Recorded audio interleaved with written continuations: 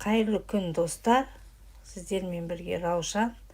Бүгін қазақтың ұлттық сусыны айран көже дайындаймыз. Кейбір жерлерде бұл сусынды жүгері көже деп, айран көже деп, және де суық көже деп те атаймыз.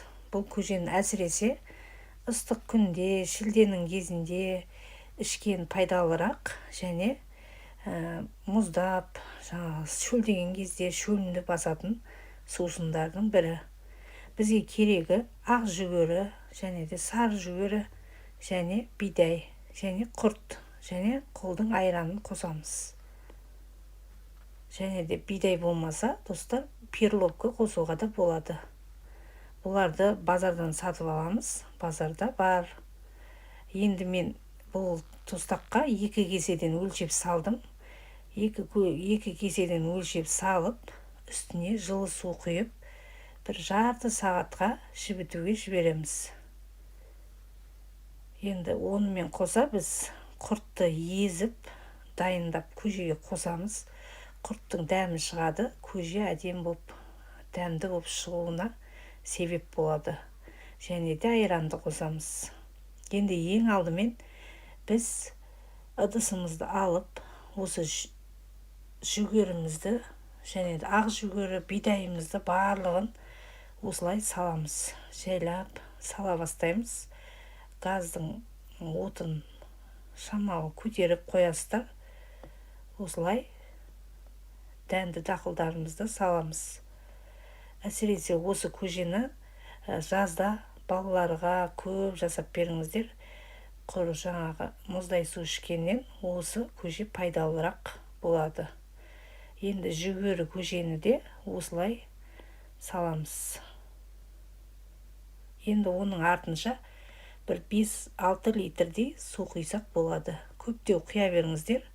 Өйткені қайнай беріп, ол суы да сарылады.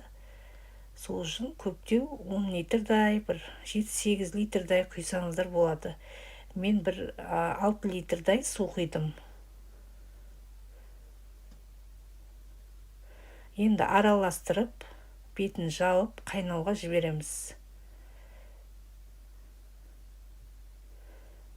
Өзі қайнап, жылып келатқанда бір 2 қасық тұз салып жеріңіздер. Дәмі кірсін. Осылай тағы араластырып жібереміз. Оған дейін біз жылы суға құртымызды салып, езуге жібереміз. Осылай жібіп, құртымыз езіліп тұрады, дайын болып, көжеміз піскенше. Енді көжеміз қайнауға жақын. Осы көжеміздің бетінде көбіктерді осылай алып тастаймыз. Бұл дәнді дақылдардың жаман суы бетіне шығады. Қайнап, суын алып тастаймыз көбіктерін. Осылай енді көжеміз жай отқа қойып, газдың отын басып, жай қайнатып, 1 сағаттай, 1,5 сағаттай ішіндегі дақылдары піскенше қайнатамыз.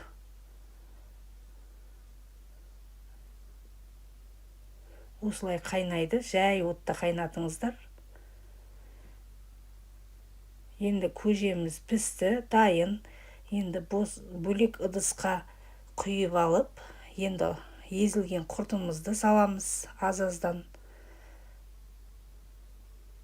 Осылай 5-6 қасықтан салып, көжемізге қосамыз.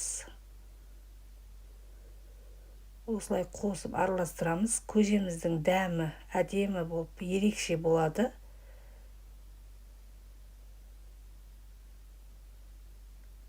Сосын артынша айран құямыз.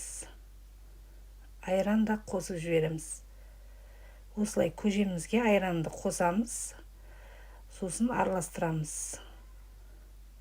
Тұзы дұрыс, тұзын көрдім. Қайнап болғаннан кейін тұзын көріңіздер. Тұзы кем болса, тұз саласыздар, достар. Өте керемет, дәмді болып шыққан көжеміз. Енді суыған көжемізді банкаға или баклажкілерге құйып, холодильникте сақтайсыздар. Сосын іше беруге болады.